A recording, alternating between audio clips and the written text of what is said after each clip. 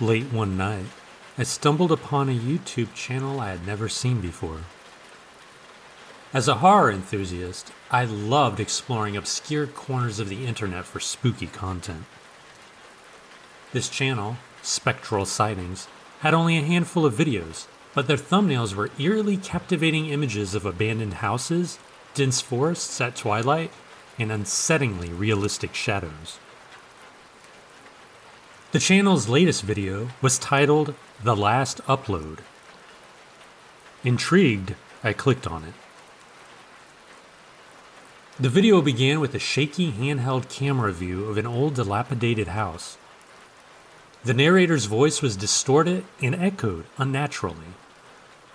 He explained that this house was rumored to be haunted by the spirit of a woman who disappeared mysteriously 50 years ago. The narrator claimed that anyone who visited the house and disrespected the spirit would meet a dreadful fate. I watched as the narrator entered the house. The inside was just as decrepit as the outside, peeling wallpaper, broken furniture, and a thick layer of dust covering everything. As he walked through the house, he pointed out various spots where paranormal activity had been reported. A cold spot by the fireplace, whispers near the staircase, and an apparition in the bedroom mirror. I felt a chill run down my spine as the camera lingered on the cracked mirror. The narrator said that the mirror was where the woman's spirit was most often seen. He dared viewers to look into it and recite an old incantation. With a shaky breath, I found myself repeating the words along with the narrator. Suddenly, the video glitched. The screen went black for a moment before the video resumed, but now the camera was focused on a different scene. It was my bedroom. The angle was from the corner of the ceiling, like a hidden camera. My heart pounded in my chest as I stared at the screen.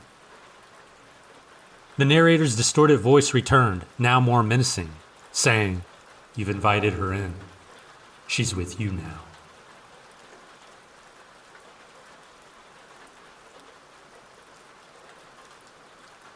So I'm just coming back from a night out with my work friends.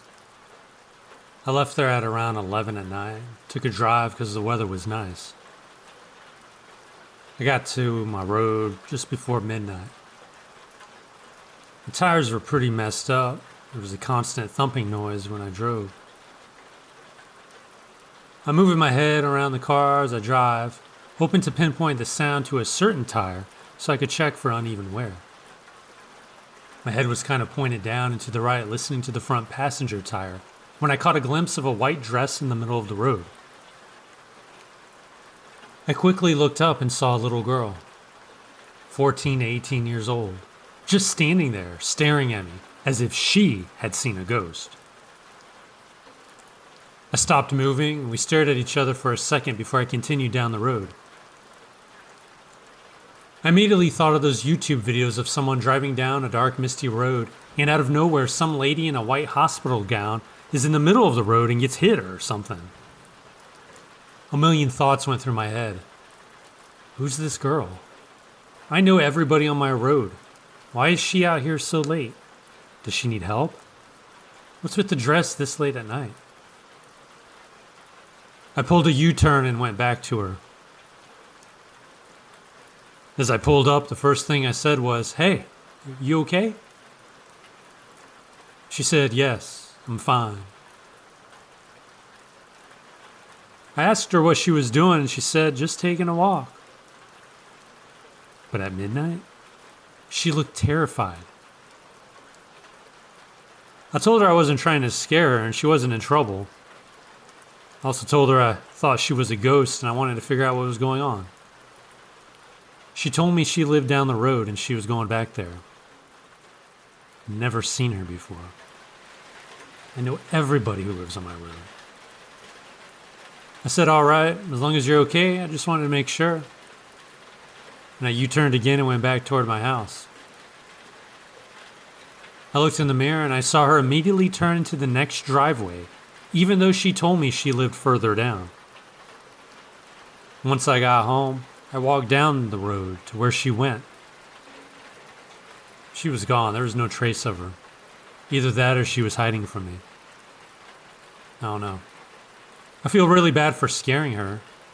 I just wanted to make sure she was safe. But something was off about her. It was like she was sleepwalking or something. She seemed scared and yet disassociated. Her words were slow but uptight, reclusive. I mean, who the heck wears a white dress at midnight in the middle of the road? Come on, you can't do that.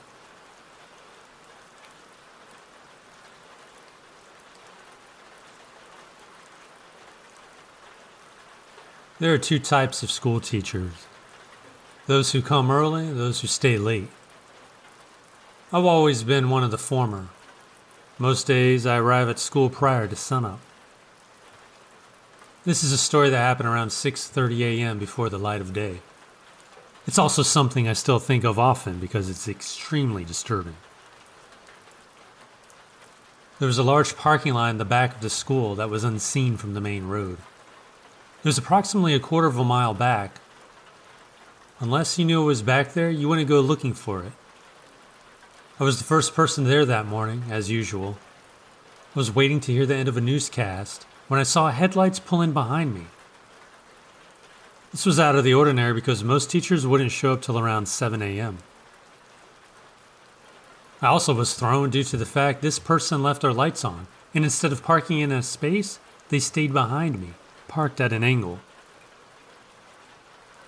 I thought about getting out of my car, but decided I'd wait until more teachers showed up.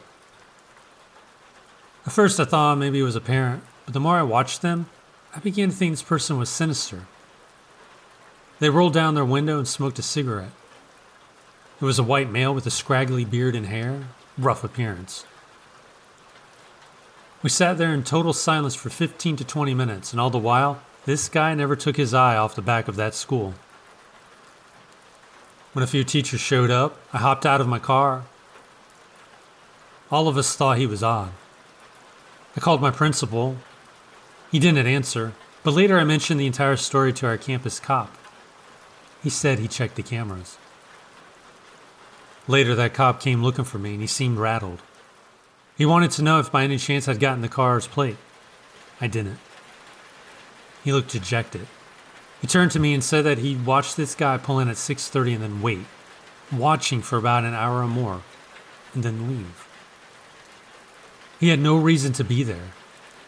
The police officer said the man's body language and overall vibe was very concerning.